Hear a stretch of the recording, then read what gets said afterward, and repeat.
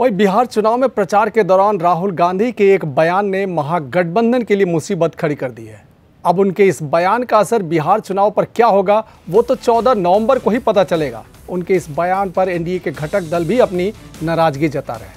राहुल गांधी के बयान पर अपनी प्रतिक्रिया में योगी सरकार में मंत्री संजय निषाद ने कहा कि जब तक पीएम मोदी देश के संरक्षण रहेंगे, नागरिक उनके काम के आधार पर वोट देंगे।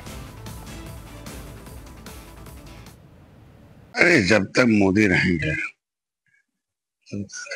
पूरे देश के अभिभावक के रूप में, तब तक मोदी के कार्यों के आधार पर वोट लोग देंगे।